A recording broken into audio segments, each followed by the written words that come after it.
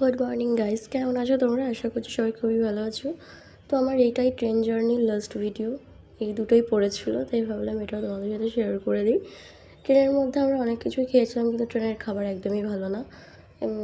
সামান্য একটু ভাত দেবে, তারপরে ডিমের ঝোল আমরা কীরকম করে খাই, ডিমটা প্রথমে ভেজে তারপরে ঝোলে দিই, কিন্তু এখানে সেদ্ধ ডিম ফুড কালার অ্যাপ্লাই করে ঢেলে দিয়েছে। ওর মধ্যে না কোনো টেস্ট আছে, শুধু ডিমের টেস্টটাই পাচ্ছে যে সেদ্ধ ডিম খাচ্ছে।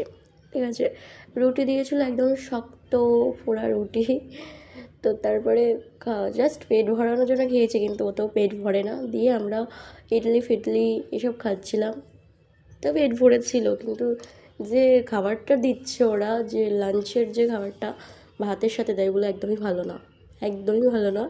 মানে ভাতটা শুধু ডাল দিয়ে খাওয়া যায়, তাছাড়া কিছু দিয়ে খাওয়া যাবে না।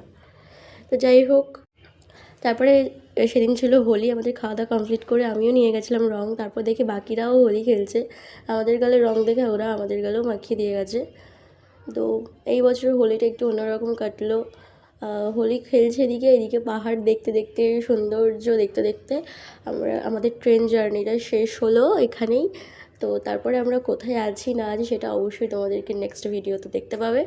তো তোমরা যদি ইন্টারেস্ট থাকো তাহলে অবশ্যই কমেন্ট করে জানিও আমি কোথায় আছি, কীরকম আছি, সেই ভ্লগগুলো দেখতে চাইলে।